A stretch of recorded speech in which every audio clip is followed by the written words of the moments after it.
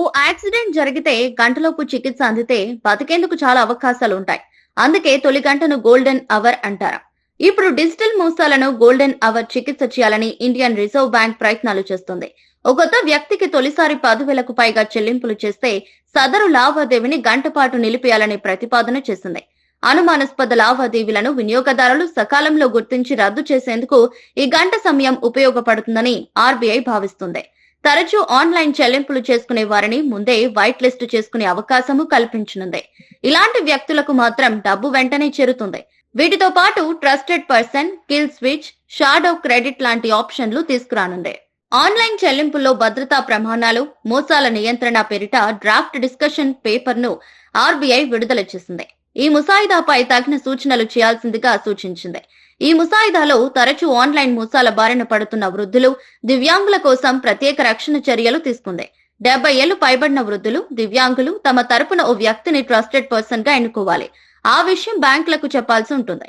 50,000 రూపాయల పైన జరిగే ఆన్లైన్ ట్రాన్సాక్షన్ కి సదరు ట్రస్టెడ్ పర్సన్ అనుమతి తప్పనిసరి. ట్రస్టెడ్ పర్సన్ ని 24 గంటల తర్వాత మార్చుకునే అవకాశము ఉంది. సైబర్ మోసాల నివారణకు ఆర్బీఐ కల్పించనున్న మరో సదుపాయం కిల్ స్విచ్.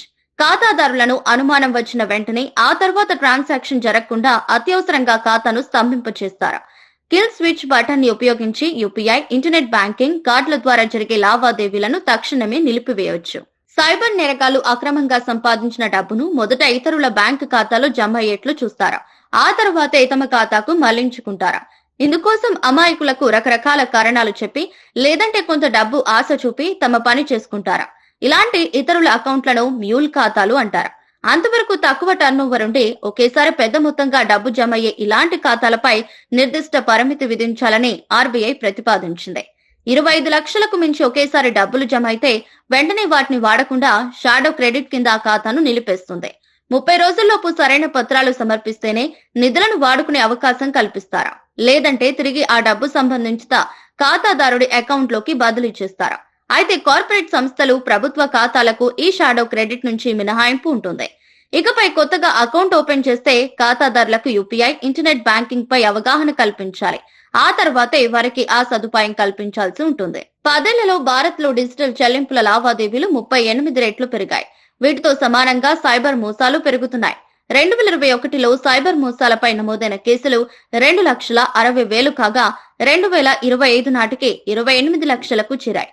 ఈ మోసాల విలువ 551 కోట్ల రూపాయల నుంచి 22,931 కోట్ల రూపాయల వరకు పెరిగింది.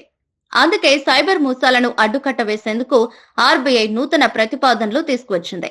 మే 28 లోపు ఈ ప్రతిపాదనలపై ప్రజలు, సంబంధిత వర్గాలు తమ అభిప్రాయాలు తెలియజేయాలని ఆర్బీఐ సూచించింది.